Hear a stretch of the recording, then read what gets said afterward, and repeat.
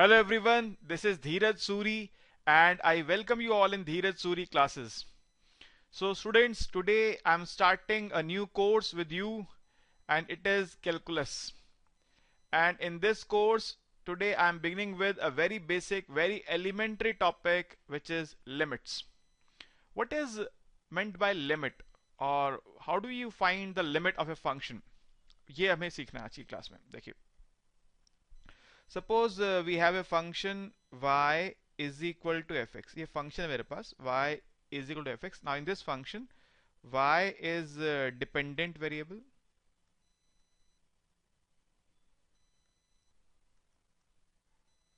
and this x is independent variable. So as the value of x changes, the value of x also changes. So if x is going closer and closer and closer to some particular constant value, then what happens to y is something which is called limit. So as x approaches to a, as x, this symbol is called x approaches to a, then fx or y approaches to L. As x approaches to a, then fx approaches to L. In this case, L is called the limit of fx, and we formally write it as a limit x goes to a fx is equal to L. Limit x goes to a fx is equal to L. Now here it is not necessary that x becomes equal to a. It is absolutely not necessary that x becomes equal to a. X is going closer and closer and closer to a. Then to what value fx is approaching? We call it limit. First thing I said, it is not necessary that x reaches a, right? Or I can say that x becomes equal to a. Second thing, it is not necessary that fa is L. तो लिख लेते हैं दो बातें. It is not necessary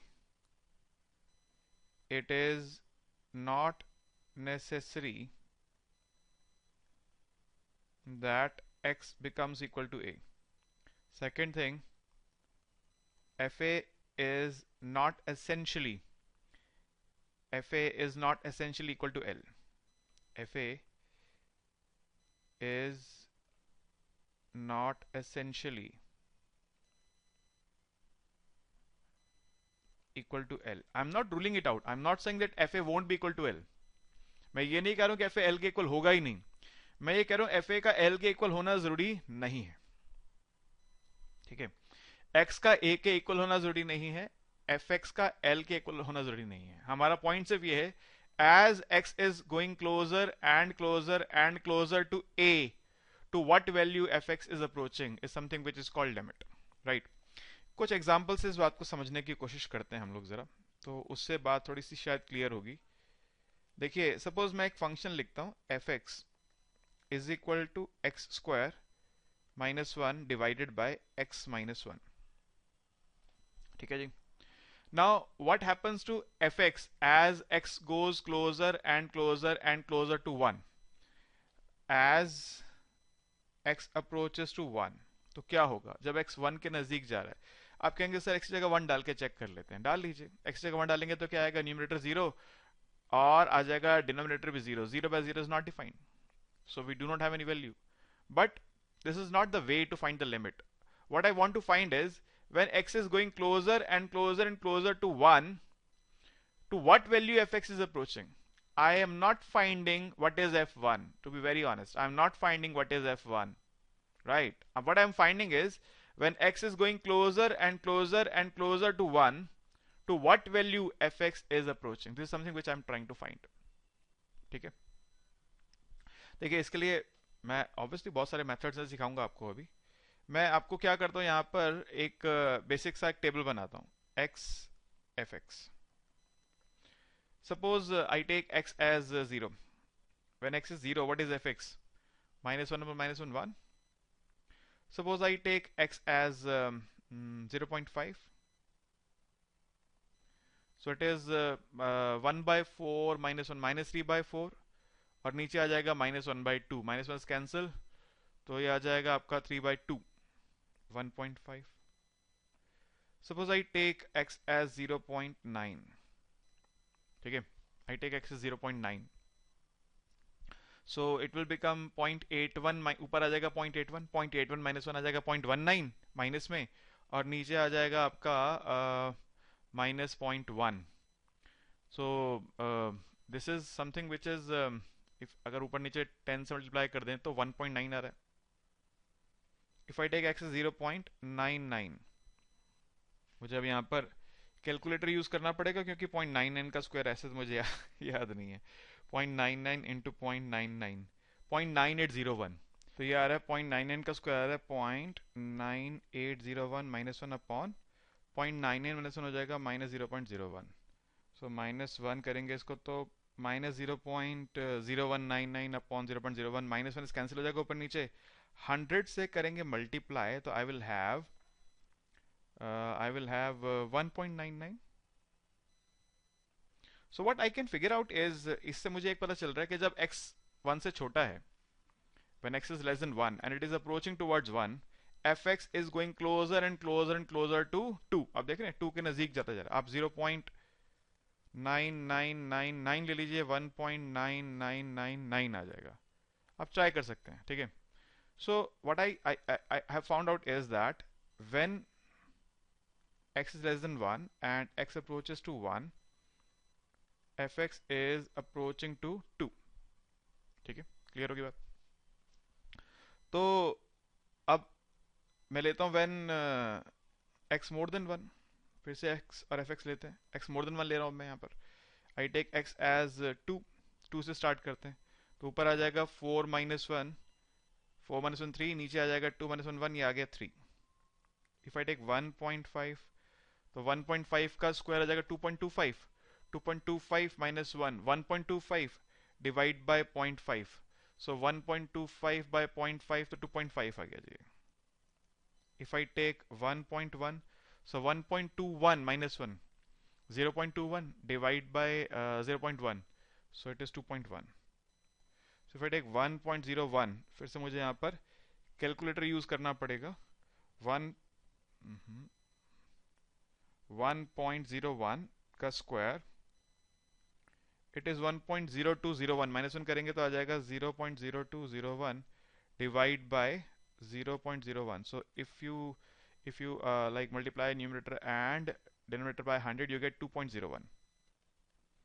so if I take 1.001, एक और ले लेते हैं चलिए value 1.001 before I conclude, into 1.001, I'm having 1.002001, so 0.00201 divide by, now it will be 0.001. if you multiply by 1000, you get 2.001. now what do I mean, what do I conclude from this?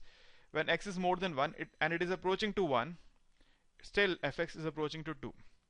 So when x more than 1 and x approaches to 1, fx is going closer and closer and closer to 2. तो इस discussion से मुझे पता क्या चलता है कि जब हम चाहे x 1 से छोटा हो वहां से स्टार्ट करें तो भी fx, और x 1 को अप्रोच करेगा तो fx 2 को अप्रोच करेगा. x 1 से बड़ा हो वहां से स्टार्ट करें, x को 1 की तरफ अप्रोच कराएंगे तो fx 2 की तरफ अप्रोच करेगा.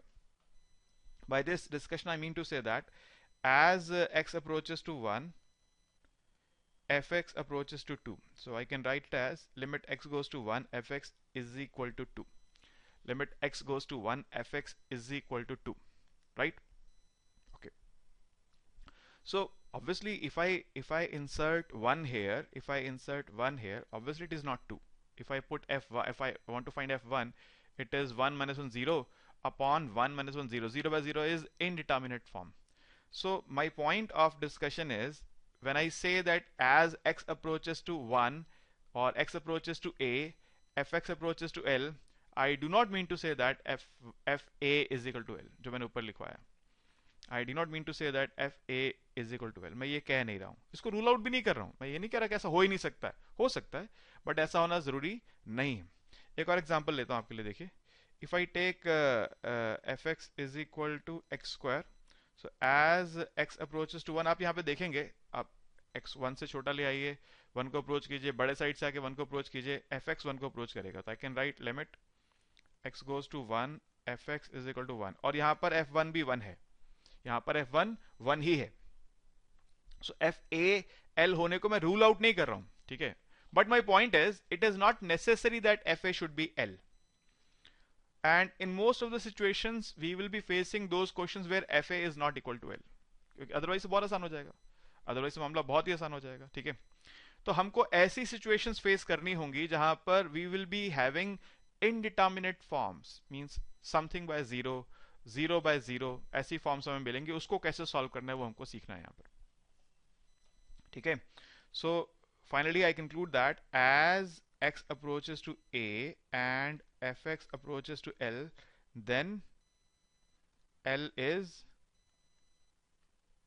limiting value of fx, and we write it as limit x goes to a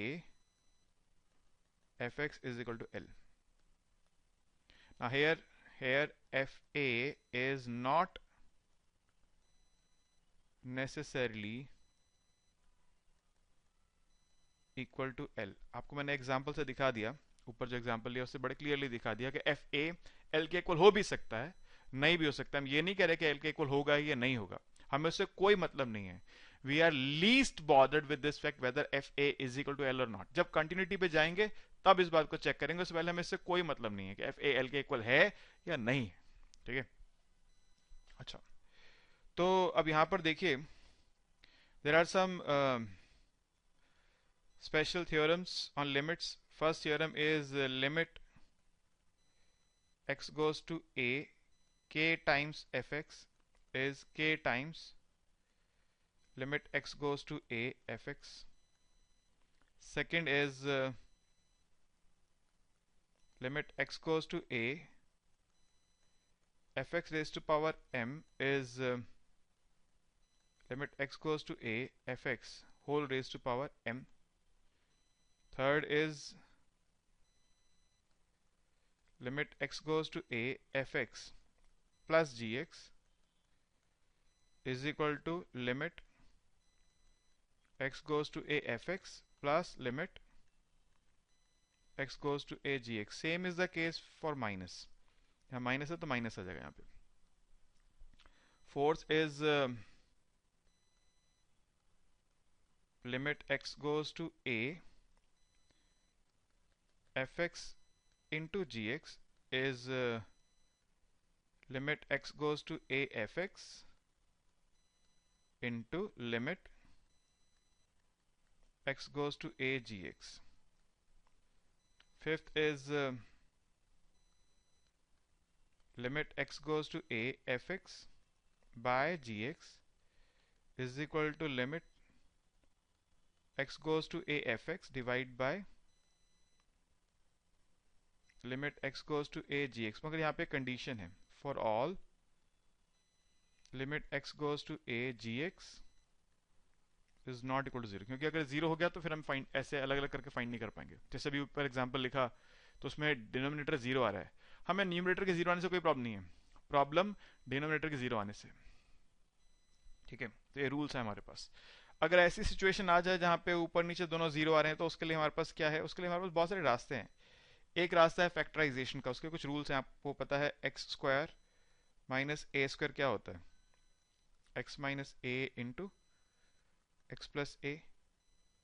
x cube minus A cube क्या होता है, एक्स माइनस ए इंटू एक्स स्क्वायर प्लस ए एक्स प्लस ए स्क्वायर. और x cube plus A cube is x plus A into x square minus A x plus A square. x4 minus a4 is x minus a into x plus a into x square plus a square. ऐसे हम binomial theorem use करके कितना भी आगे तक जा सकते हैं, बट आई वोंट रिकमेंड कि इससे ज्यादा कुछ आप याद करें, इससे ज्यादा कुछ याद करने की आपको जरूरत नहीं, ठीक है. इसके बाद हमारे पास कुछ स्पेशल सिचुएशंस हैं जैसे आपको पता है कि what is e x, e x is 1 plus x by 1 factorial plus x square by 2 factorial plus x cube by 3 factorial plus up to x n by n factorial plus up to infinity. ये मैंने general term लिख दी है वाली, और उसके बाद up to infinity. आपको एक बात भी पता है that log 1 plus x is x minus x square by 2 plus x cube by 3 minus x4 by 4 plus x5 by 5 minus and so on so forth। इस तरह से चलते जाएंगे। तो इसके बेसिस पे हमारे पास कुछ स्पेशल लिमिट्स भी हैं जो हम टाइम एंड अगेन डिस्कस करते रहते हैं। आप स्कूल लेवल से पढ़कर आए उन बातों को। जैसे आप पढ़कर आते हैं limit x goes to a x power n minus a power n upon x minus a is this is n into a power n minus 1। आप पढ़कर आते हैं limit x goes to 0 e power x minus 1 upon x is 1। limit x goes to 0 log 1 plus x upon x is also 1। इन सब के derivations भी आगे जब मैं आपको लॉपिटल्स कराऊंगा डेरिवेशन कर दूंगा। अभी आगे लॉपिटल्स करेंगे, डेराइव कर दूंगा, या इन फॉर्मूला से डेराइव किया जा सकता है। मैंने ई एक्स का फॉर्मूला लिखा है, लॉग का लिखा है, आप फॉर्मूला डाल के और इसको फर्स्ट वाले को बायनॉमियल थ्योरम से ड्राइव कर सकते हैं। मगर यहाँ पे कैलकुलस के पेपर में अभी इनकी डेरिवेशंस की नीड नहीं है। बस मैं आपको सिर्फ एक क्विक रिव्यू, एक आप समझ लीजिए रिकैप कर रहा हूँ चीज़ों को, आपको वापस याद दिला रहा हूँ, कहीं कहीं पे बीच में ज़रूरत पड़ सकती है। तो मैं अननेसेसरी टाइम वेस्ट नहीं करूंगा कि इनको डेरिवेशन पे लग जाऊं। हाँ, किसी को अगर नीड होगी, कहेगा बच्चा सर मेरे को डेरिवेशन सीखनी है, तो आप लाइव सेशन जब डाउट सेशन होगा बताइएगा, मैं कर दूंगा आपके सामने। फिलहाल यहाँ पे इसमें कैलकुलस के पेपर में जरूरत नहीं है इसकी डेरिवेशन की। ठीक है, फिर मैंने बताया करना चाहें तो आप इसको बायनॉमियल से कर सकते हैं। इसका फॉर्मूला लिख दिया, ई एक्स का लॉग का लिख दिया, फॉर्मूला डाल के आप ड्राइव कर सकते हैं इनको, या आगे लॉपिटल से कर लेंगे। So this was a quick recap. अब हमको बेसिकली यहाँ पे लिमिट्स के बेसिक क्वेश्चंस नहीं सीखने, वो आप अदरवाइज जानते हैं, ऐसा हम मानते हैं यहाँ पर कैलकुलस की क्लास में। हमको लिमिट्स एट इन्फिनिटी, लॉपिटल्स रूल और उसके आगे की एप्लीकेशंस को लेकर चलना है यहाँ से आगे। तो वो नेक्स्ट लेक्चर से मैं बेसिक जो कोर टॉपिक्स हैं वो स्टार्ट कर दूंगा आपके साथ। ठीक है जी, ओके, थैंक यू।